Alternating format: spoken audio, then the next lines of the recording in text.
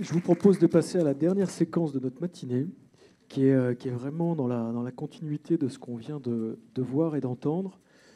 Après ces éléments historiques, en venir à une histoire un peu plus récente que je vais vous présenter. C'est l'histoire de cette politique publique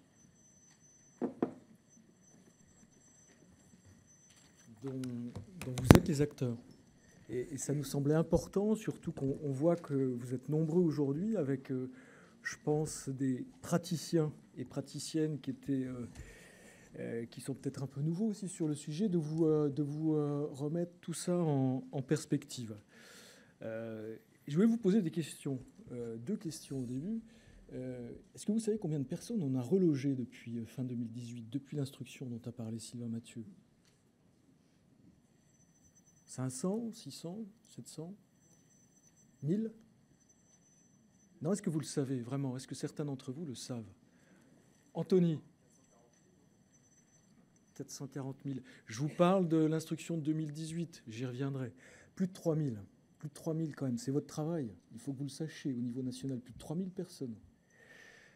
Évidemment, vous connaissez tous l'instruction du 25 janvier 2018. Vous l'avez lu. Si je vous dis celle du 26 août, ça vous parle ? 2012, oui. Et celle du 5 août ? Non.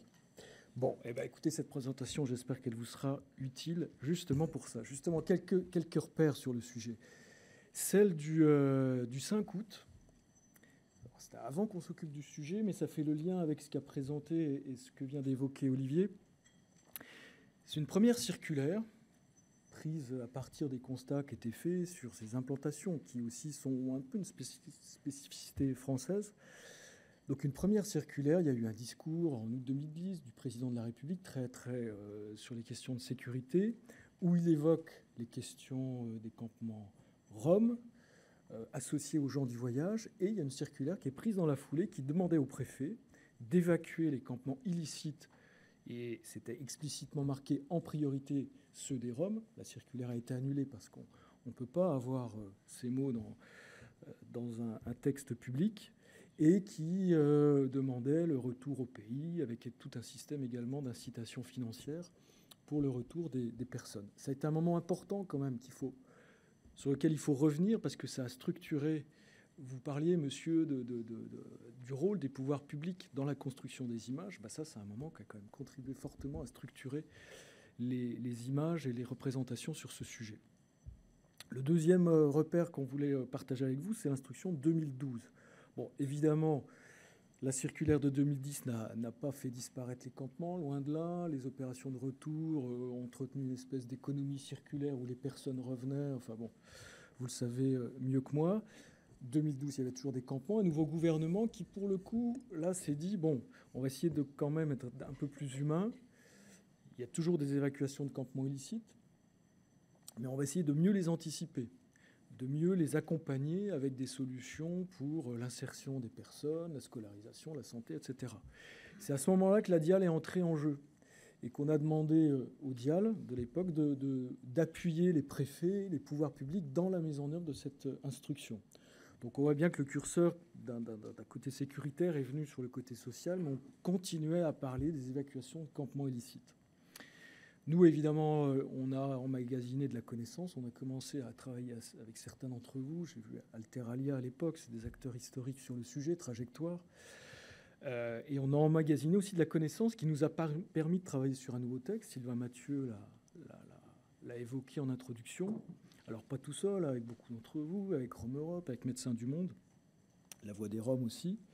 Et ce texte, on a réussi à le sortir en 2018. Donc, c'est une instruction du gouvernement signée par 8 ministres. Et là, on parle, alors encore un peu des campements illicites quand même, enfin, marquer la transition, mais on parle de résorption des bidonvilles. Vous voyez que la sémantique, elle a quand même largement évolué. Je reviendrai après à tout ce qu'il y a derrière, mais enfin, c'est quand même un texte important, nous semble-t-il, et c'est toujours notre cadre d'action. Et c'est là-dessus que je vais me concentrer. C'est un texte, une question qu'on a inscrite dans la lutte contre la grande pauvreté. Il y a une stratégie qui a été présentée en 2018. On a fait rentrer les bidonvilles là-dedans avec la question de l'accompagnement vers l'école. Que suit Jean-Paul chez nous. Donc on voit bien là aussi que le sujet au niveau national, et on sait que localement, et puis il y a encore des vents contraires, mais c'est là-dedans qu'officiellement on s'inscrit, et c'est dans le cadre du logement d'abord. Sylvain Mathieu l'a rappelé au début, et en 2019, cette nouvelle impulsion s'est traduite aussi par un doublement des budgets consacrés au cofinancement d'actions dans les territoires. Donc le cadre, je vais m'y pencher quelques instants. Ça fait débat, on le sait, il y a des bidonvilles avec des publics différents, mais le cadre de 2018, c'est dans son introduction, il parle des bidonvilles et des campements, des lieux d'habitat informel où vivent des citoyens européens qui viennent en majorité de Roumanie et de Bulgarie. C'est ce cadre-là, c'est notre manière de prendre ce sujet qu'au niveau européen, on peut prendre sous un angle ethnique. Ça fait écho à tous les débats qu'on a eus. Nous, volontairement, au plan national, justement pour ne pas enfermer les personnes, et puis on est dans un cadre républicain, on le prend sous cet angle des bidonvilles, d'un lieu d'habitat informel, de citoyens européens qui ont la liberté de circulation, avec des limites, mais qui ont la liberté de circulation et des droits sociaux, ce qui nous permet, nous, d'assumer au niveau national une action d'inclusion avec des budgets sonnants et trébuchants. On parle de 8 millions d'euros, des collectivités qui mettent de l'argent. Bref, c'est notre cible. Alors, sur le terrain, on n'est pas aveugle à ce qui se passe autour. On n'est pas non plus aveugle qu'aujourd'hui, j'y reviendrai, vous verrez que le nombre de personnes intra-européennes baisse beaucoup. Il y a encore beaucoup de bidonvilles, de campements illicites avec d'autres populations. Mais nous, on se concentre là-dessus. C'est l'instruction de 2018. Autre particularité, cette instruction, elle pose un objectif de résorption des bidonvilles, ce qui n'était pas le cas avant. Avant, on disait il faut évacuer. Si vous devez évacuer, essayez de bien évacuer. 2018, on dit l'objectif, c'est pas de bien évacuer, c'est de résorber les bidonvilles et de partir de cette réalité concrète dans des territoires d'existence d'habitat informel avec ces publics. Et il faut voir tous les bidonvilles, pas seulement ceux où il y a une volonté d'évacuer, une procédure qui est arrivée à maturité, ou parce que l'élu ou le préfet veut l'évacuer. C'est tous les bidonvilles, y compris ceux qu'on ne connaît pas. Donc ça, c'est important parce que c'est quelque chose qu'on n'a pas toujours en tête. Et que nous, on rappelle toujours aux préfets et aux acteurs dans les territoires. Occupez-vous de tous les bidonvilles, avec un objectif de résorption. Et on voit bien que l'enjeu de ce cadre d'action, il est à la fois de lutter contre la grande précarité, c'est installé parfois depuis des années. Il y a aussi un enjeu de sécurité publique. Évidemment, ce n'est pas notre focale prioritaire, nous, ici, mais quand même, ces lieux d'habitat posent des questions de sécurité publique à l'intérieur, à l'extérieur. Et pour nous, ça peut-être vous sembler un peu technocratique, c'est aussi un enjeu de transformation de l'action publique. C'est comme ça qu'on le porte au sein de l'État. Une action publique qui s'est construite, 2010, etc., autour des évacuations, très souvent suivie de réinstallation. Donc c'est une action publique qui n'est pas efficace, qui au final, sur un temps plus long, on le verra, coûte plus cher. Nous, notre approche, c'est de dire on va changer l'action publique et avoir quelque chose de plus efficace, de plus construit, de moyen et de long terme, qui va permettre d'insérer les personnes et de faire disparaître cette forme d'habitat. La méthode, vous la connaissez de ce cadre national, elle est d'abord multidisciplinaire. C'est-à-dire qu'on va travailler sur l'accès aux droits, à l'école, à la scolarisation, l'accès à la santé, mais pas seulement. Encore une fois, on part de la réalité du bidonville. Olivier Perroux a parlé des questions qui peuvent se poser, d'intermédiaires, d'organisation du campement, le lien avec le pays d'origine, le lien avec l'environnement. L'instruction de 2018, elle parle de tous ces sujets. Et j'y insiste parce que on ne l'a pas toujours en tête. Notamment nous, quand on se déplace, les préfets et autres, ils parlent de la résorption à la mode Dial, comme si... Non, en fait, la résorption, c'est tout. Et on y insiste, c'est aussi la sécurisation des conditions de vie dans les campements. Et ça, c'est le deuxième point sur lequel je voulais insister et sur lequel nous, on est toujours obligés de marteler les choses, c'est agir sur le campement le plus tôt possible. Le plus tôt possible en prévenant les risques sanitaires, les risques incendies. Il y a la question de l'accès à l'eau, avec un contexte législatif qui est en train d'évoluer très très fortement. Il faut que vous l'ayez en tête. Il y a une directive de fin 2020 qui a demandé aux États membres de garantir un accès à l'eau pour tous, y compris les groupes vulnérables et marginalisés. Et aujourd'hui, dans la loi française. Il est inscrit dans les compétences des collectivités territoriales, c'est vraiment tout nouveau, l'obligation de raccorder les populations non raccordées à l'eau. Et là, on travaille avec Solidarité Internationale et autres pour que cet accès se fasse. Troisième élément clé de la méthode de ce cadre national, c'est que l'instruction, elle dit, faites une feuille de route dans chaque territoire concerné, site par site, avec des solutions différenciées. Alors l'instruction de 2018, on est en 2023, 5 ans, on n'a encore pas des feuilles de route partout, mais c'est important de rappeler ça. Une feuille de route partenariale avec l'État, les collectivités territoriales, les acteurs associatifs qui travaillent sur le sujet, quelque chose de vraiment construit qui se donne des objectifs, des moyens, site par site. Il y a en ce moment à Montpellier quelque chose de très bien qui est en train de se faire, une stratégie zéro bidonville. Je crois que c'est un des documents, alors il n'est pas sorti encore, mais les plus proches de ce que demande l'instruction de 2018, et on souhaiterait évidemment qu'il puisse y en avoir beaucoup plus, avec des solutions par site. La temporalité n'est pas toujours la même sur les sites. S'il y a une demande d'évacuation, on ne va pas mettre en place la même chose s'il n'y en a pas. L'organisation du site n'est pas toujours la même, la taille non plus, l'origine des personnes, et ce qu'elles souhaitent elles-mêmes. Donc vraiment avoir des choses différenciées, avec des solutions différenciées. Le principe, c'est comme pour tout public, c'est le droit commun. Et sur le logement d'abord, quand c'est possible, en fonction des ressources du territoire et des capacités d'habiter des personnes. Mais c'est vraiment le principe qu'il faut toujours rappeler. Pas de solution pour les Roms et pour le public en particulier. Mais en même temps que je vous dis ça, il faut aussi regarder ce que souhaitent les personnes, quels sont leurs itinéraires, d'où elles viennent, et donc aussi penser des solutions adaptées qui se construisent dans le territoire. Le cadre national, c'est aussi, et j'y insiste, l'importance d'avoir une gouvernance, un pilotage, et d'accompagner cette action qui se construit dans la durée. Il faut vraiment qu'il y ait un pilotage dans les territoires par la préfecture et les collectivités pour suivre ce qui se fait. Et je voulais juste souligner que ce cadre, il n'est pas tombé du ciel, il est vraiment tombé de l'analyse, nous, qu'on a faite avec vous, de ce qui marchait, de ce qui ne marchait pas, et en particulier de l'exemple strasbourgeois, même s'il y a une petite résurgence de campement actuellement, où le maire, il y a un peu plus de 10 ans, s'était dit, les Roms, finalement, ils sont sur le banc communal, et comme tous, ils ont un accès au droit, et on va essayer de trouver des solutions sans expulsion. Et en 10 ans, avec une méthode, grosso modo, comme celle que je vous ai montrée, ils ont réussi à faire disparaître le phénomène, à insérer des personnes. Et alors qu'il y avait 300 personnes, il n'y en avait plus, avec un coût que disait souvent l'ancien maire de Strasbourg, finalement assez modeste rapporté au nombre d'habitants de la ville de Strasbourg, parce que de la communauté, de l'agglomération de Strasbourg, au final, par an, c'était un café par habitant. Donc cette politique publique, je voulais un peu la caractériser pour vous. Elle est humaine, Sylvain Mathieu l'a dit au début.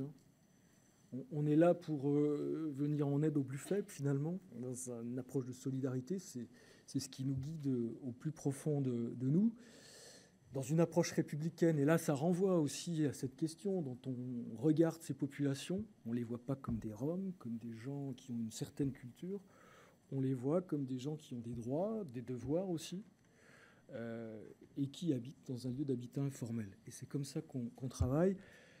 Pragmatique parce qu'on cherche à évoluer, et alors rentable, ça va peut-être moins vous parler, mais c'est important pour nous, et c'est important pour aller gagner des arbitrages en interministériel pour nous, c'est de montrer que finalement cette action publique, telle qu'on la construit dans le court et le moyen terme, au final elle est moins coûteuse qu'une action d'évacuation suivie de résorption. Je vous dis ça parce que je sais que quand vous agissez, quand vous rencontrez des gens pour pousser ces actions compliquées, c'est aussi des arguments qu'il faut leur porter. On ne va pas s'occuper des Roms et les Français. Non, on va bien s'en occuper, justement parce que tout le monde va y gagner. Et je vous le dis, c'est vraiment important aussi qu'on partage ça avec vous. C'est une politique de long terme. Évidemment, on aimerait des résultats rapides, mais non, c'est une politique de long terme. On y travaille depuis une dizaine d'années. La population baisse, mais c'est long. Et plus on avance, plus c'est compliqué, en plus. Plus les problématiques sont compliquées. C'est de la lutte contre la grande précarité. Donc il faut aller à l'encontre de phénomènes qui sont enracinés depuis des années. Apprendre qu'elle à l'école, c'est important. casser le rôle d'intermédiaire, casser... Il faut se rappeler aussi qu'en Roumanie, il y a quand même ça a été des siècles d'esclavagisme et une marginalisation très très forte en Roumanie et ailleurs. Et puis, tout ce qui se fait depuis 15-20 ans a aussi encore, ici même, enraciné la grande précarité. Donc il faut déconstruire tout ça. Donc c'est compliqué, vous le vivez au quotidien. Et évidemment, ça fait écho à ce que je viens de vous dire aussi. C'est une politique qui n'est pas simple à porter, qui est pleine de préjugés. Et donc, il faut pousser le rocher, toujours, et avancer. Donc ça prend du temps. C'est une politique nouvelle aussi, je tenais à le souligner avec vous, et qu'on construit tous ensemble, vraiment. Aujourd'hui, vous êtes à peu près 150, il y avait près de 200 inscrits. Je peux vous dire qu'il y a 10 ans, on était beaucoup moins nombreux, avec des acteurs nouveaux. Et ça, c'est quelque chose qu'on est vraiment en train de tous construire ensemble, en construisant aussi des pratiques. Et c'est l'importance d'une journée comme celle-ci, et puis des échanges qui poursuivront après, pour améliorer cette politique partenariale au niveau local et au niveau national aussi, puisqu'elle engage plusieurs ministères. Et je voulais souligner aussi le rôle qu'on joue, nous, au niveau central, que vous compreniez bien, que nous, on est vraiment les porteurs et les activateurs un peu de cette politique. Et je voulais vous rappeler le rôle qu'on jouait dans tout ça. C'est vraiment une politique partenariale dans un collectif important. Nous, on joue ce rôle d'animateur, de suivi, d'observation, d'évaluation. On a des financements, une enveloppe de 8 millions d'euros. Qui dit financement, suivre les résultats de ce qui est financé. En bon français, on appelle ça le monitoring. Donc on joue aussi ce rôle. On essaie d'apporter un appui technique au territoire, voir ce qui marche pas, répondre aux questions, qu'elles soient juridiques, qu'elles soient sur la scolarisation, j'y reviendrai, ou l'emploi, ou la connaissance des publics. On joue aussi un rôle au niveau européen. On est le point de contact français sur le sujet des Roms au niveau européen. Donc voilà, la DIAL, c'est son rôle. Dans cet écosystème, alors, Sylvain Mathieu l'a rappelé, on travaille avec les ministres, le cabinet des ministres, on a des relations régulières avec eux. Sachez-le, ça peut être utile. Nous, on essaie de défendre cette politique auprès d'eux. Je peux vous dire que ce n'est pas toujours simple. Mais on y travaille. Sachez en tout cas que nous, on s'inscrit directement avec eux et qu'on peut faire passer des messages et qu'on peut travailler avec eux. On travaille avec des administrations centrales aussi, je le disais, une organisation, une politique partenariale, le ministère de la Santé, le ministère de l'Intérieur, le ministère de l'Éducation, question européenne. On travaille aussi avec des instances comme la délégation interministérielle à la lutte contre la pauvreté, la Commission nationale consultative des droits de l'homme aussi, l'Agence nationale de la cohésion des territoires. Sachez-le aussi, voilà, on a tous ces liens avec tous ces ministères et vous pouvez aussi nous utiliser pour ça. On travaille, je parlais de l'appui technique qu'on apportait, c'est un appui qu'on n'apporte pas tout seul à la DIAL, même s'il y a Jean-Paul qui peut vous aider sur la scolarisation. Laure peut travailler aussi avec vous de manière plus généraliste sur les questions de sécurisation des conditions de vie. Alexandre Viscontini sur l'emploi. Je ne vais pas tous les citer, mais on travaille aussi avec des partenaires extérieurs que vous connaissez, comme Trajectoire, avec qui on a passé une convention et avec qui vous travaillez dans les territoires pour une meilleure connaissance des publics. Avec Solidarité Internationale aussi, qui est à la fois acteur dans les territoires, mais qui nous nourrit, qui nous appuie pour renforcer l'action sur l'accès à l'eau. On a passé aussi une convention nationale avec la Voix des Roms.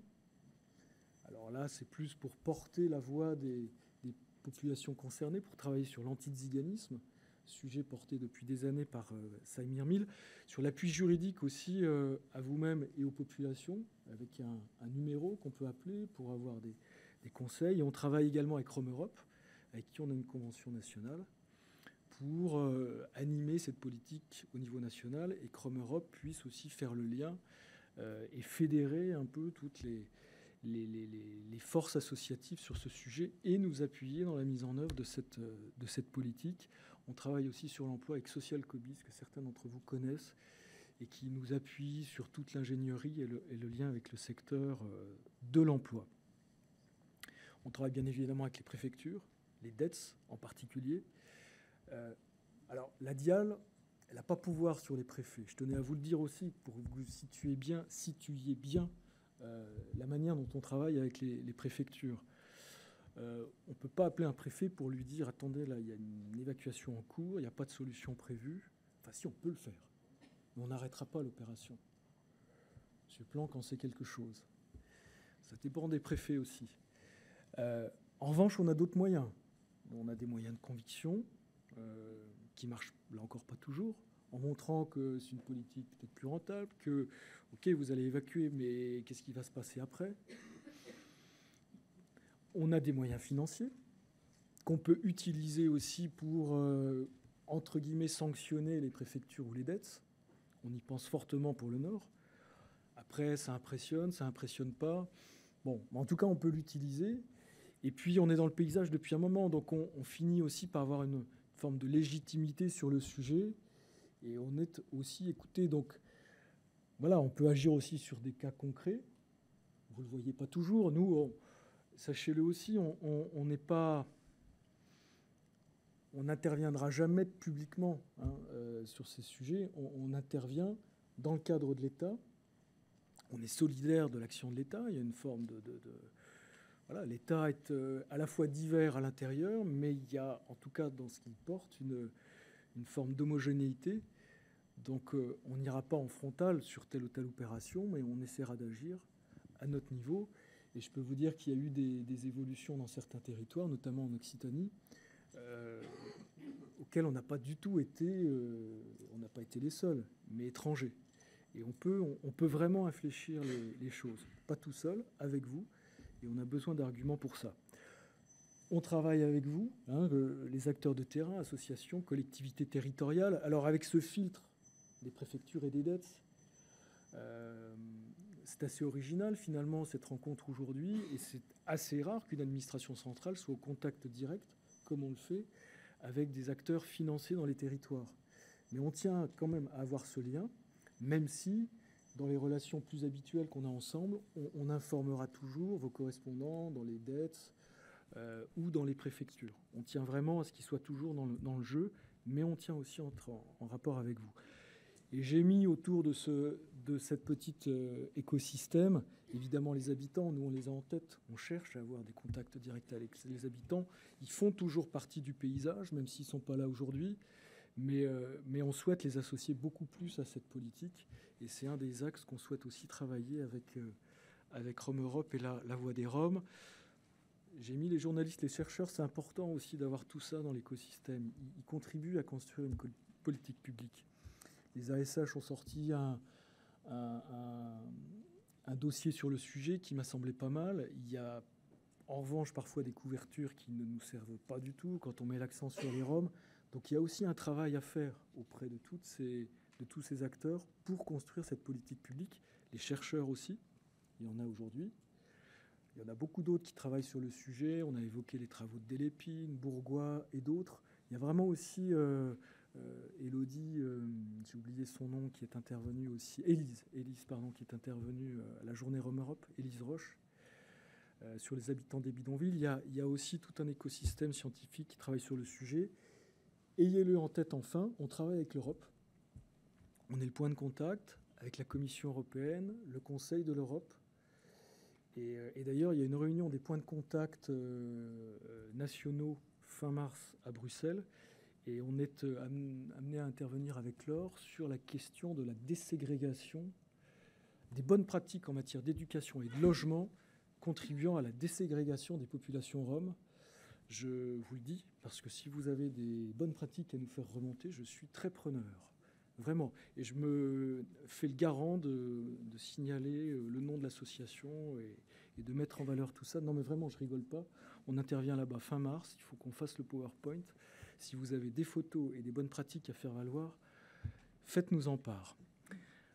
Voilà comment on se situe dans tout cet écosystème, à la fois point fixe sur toutes ces années, et puis en même temps, en cherchant toujours d'être en mouvement sur ce sujet, de le faire évoluer et progresser. Il me reste 2 ou 3 slides, ce sera plus très long. Je vous posais la question au début, combien de personnes ? C'est important que vous sachiez qu'on ait des bons résultats. Le sujet, il est compliqué. Hein. Le nombre de personnes intra-européennes en bidonville, il baisse. Il baisse. Alors, depuis 2018, depuis qu'on a la plateforme résorption bidonville, on a des chiffres beaucoup plus stabilisés. Mais sachez qu'on compte, nous, plus de 3000 personnes en moins, avec un nombre de sites également qui baisse. Des personnes qui sont relogées, qui vont vers l'emploi. Il y a plus aujourd'hui 3000 enfants qui sont accompagnés vers l'école grâce au programme de médiation scolaire. Il faut quand même se le dire, l'avoir en tête, à la fois pour se redonner de l'espoir et se motiver, mais aussi pour porter des messages positifs auprès des acteurs publics qui pensent qu'au fond, les Roms, on ne peut pas en faire grand-chose. La carte, vous voyez que le phénomène est assez localisé, encore une fois, vous le savez, dans les grandes agglomérations françaises, avec des points importants toujours en Île-de-France, en Loire-Atlantique aussi, qui est un des départements les plus peuplés, le Nord, Marseille, enfin je ne vais pas en faire la liste, mais avec des territoires qui, par contre, même s'ils ont encore beaucoup de campements et de bidonvilles, ont vu leur population intra-européenne baisser, et le sujet, il est quasiment derrière elle. Et il y a des départements que vous ne voyez pas comme sur cette carte, comme Strasbourg, le Bas-Rhin, comme la Meurthe-et-Moselle, Nancy, comme la Moselle, Metz. Pourquoi ils sont plus sur la carte? Il y a quelques années, ils avaient des campements, c'est parce qu'il n'y en a plus. Poitiers, même chose. Maintenant, écoutez, maintenant, on va continuer. Hein. C'est une politique de long terme, il y en a encore des campements, à peu près 12 000 personnes encore. On n'est pas au bout du chemin. Il nous faudra encore quelques années pour continuer à y travailler. Il y a des bons résultats. On sait qu'il y a encore beaucoup de travail à faire dans certains territoires, en particulier en Île-de-France. Il y a beaucoup de représentants de la région aujourd'hui. Pour nous, ça reste avec le Nord, avec des causes un peu plus, je dirais, voilà, bien identifiées, avec des choses intéressantes qui avaient été mises en place avant, qui ont été stoppées. Et globalement, la dynamique au niveau national dans tous les territoires, elle est assez positive. Hein. Je pense que vous le vivez quand même. On a beaucoup évolué. L'Île-de-France, ça reste extrêmement, extrêmement compliqué. Au niveau de la gouvernance générale, bon, on peut l'expliquer par l'organisation administrative, le nombre de personnes, l'illusion encore que le cycle des évacuations peut régler le problème. Bref, en tout cas pour nous, c'est un vrai point noir et qui nous oblige encore plus à vouloir renforcer cette politique, à y travailler, politique qui rencontre des résistances, une complexité, et politique qu'il faut consolider. Alors on voit trois voies pour la consolider dans les mois et les années qui viennent. Nous, en tout cas, on y travaille de manière très forte en ce moment. C'est augmenter le soutien financier, tout d'abord. Le soutien financier de l'État. On a 8 millions d'euros, c'est pas suffisant. Ces 8 millions, on a essayé de voir, parce qu'il faut qu'on trouve des arguments pour Bercy, et croyez-moi, surtout dans le climat actuel, c'est pas simple.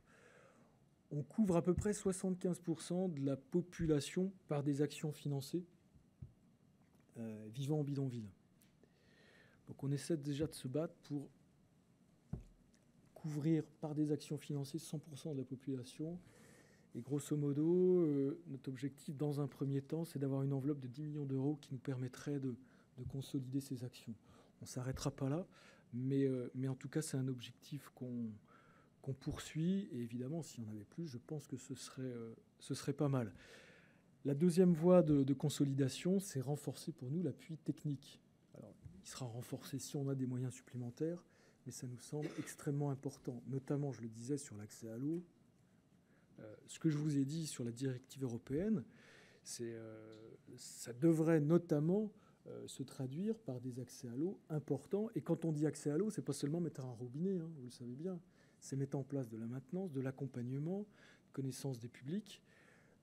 Alors des acteurs associatifs vont le faire, mais les collectivités auront la responsabilité de le faire et peut-être qu'elles le feront en interne.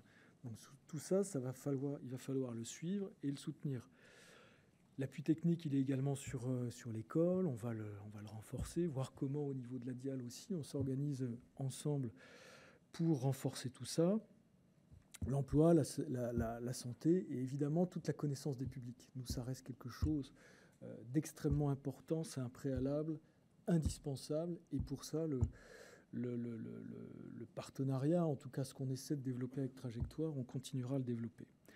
Enfin, il nous semblerait intéressant, pour la suite, non pas de revenir sur le cadre de 2018 et l'instruction, mais peut-être de lui remettre une petite piqûre de rappel pour relancer la machine administrative, pour nous relégitimer aussi, vous, les acteurs dans les territoires, et nous. Une instruction signée par, peut-être pas 8, cette fois-ci ce sera compliqué, mais déjà 1 ou 2, qui dirait il y a plus de moyens. Les objectifs de 2018 ils sont toujours d'actualité. Ça nous ferait aussi du bien, ça nous ferait du bien à tous, et ça permettrait de mettre du carburant dans la machine administrative. Et je pense qu'il faut aussi redonner des éléments de méthode, parce qu'on a appris des choses quand même depuis 5 ans. On a appris des choses au moment du Covid. Il y a les sujets que j'ai évoqués, donc il faut aussi remettre des choses sur le sujet. Voilà, en conclusion, et avant de vous laisser pour le déjeuner, je voulais juste insister sur des points que je voulais vraiment partager avec vous. C'est une politique publique, une forme d'aventure collective, qui part du bas, du haut, du milieu. On est tous ensemble dans cette politique publique, on la partage, on en partage les objectifs. On la construit dans une optique de recherche de progrès toujours et de mouvement. C'est pour ça qu'on se rencontre aujourd'hui, c'est pour voir ce qui ne marche pas, pour que ensuite vous pouviez créer entre vous un réseau et vous contacter directement. Et c'est le dernier point, la plateforme, elle va vous y aider. Elle vous y aide déjà, j'espère, la plateforme numérique Résorption Bidonville. Elle vous y aidera encore beaucoup plus. Vous pouvez déjà partager sur le journal des sites, le journal des actions, qui est quasiment pas utilisé. Tiens d'ailleurs, vous êtes tous utilisateurs de la plateforme ? Oui. Est-ce que certains d'entre vous n'en sont pas utilisateurs ? Non, vous n'osez pas lever la main. Bon, vous devriez tous l'être, je pense. Je pense pour avoir une bonne observation, pour pouvoir partager entre vous. Et d'ici 10 jours, m'a dit Laure tout à l'heure, une semaine, on ouvre un nouvel espace. C'est un espace d'entraide et de communauté. Vous avez aujourd'hui sur la plateforme un annuaire qui vous permet de vous contacter entre vous, d'avoir vos emails. Là, vous allez avoir un espace où vous pourrez poser des questions à tous les utilisateurs de la plateforme. Question d'accès au droit, question CAF, je ne sais pas que sais-je. Vous pourrez poser la question et j'espère qu'on vous apportera des réponses. En tout cas, utilisez la plateforme. Ce n'est pas un outil de la DIAL, fait par la DIAL pour la DIAL. C'est aussi un outil fait par la DIAL pour son suivi national, je ne vous cache pas. Mais il est surtout fait avant tout pour vous et pour renforcer votre pouvoir d'agir. Voilà, merci à tous. On a pris un peu de retard. Je vous propose de revenir ici à 14h30, vu que l'après-midi sera un peu plus léger que prévu. Merci et bon appétit.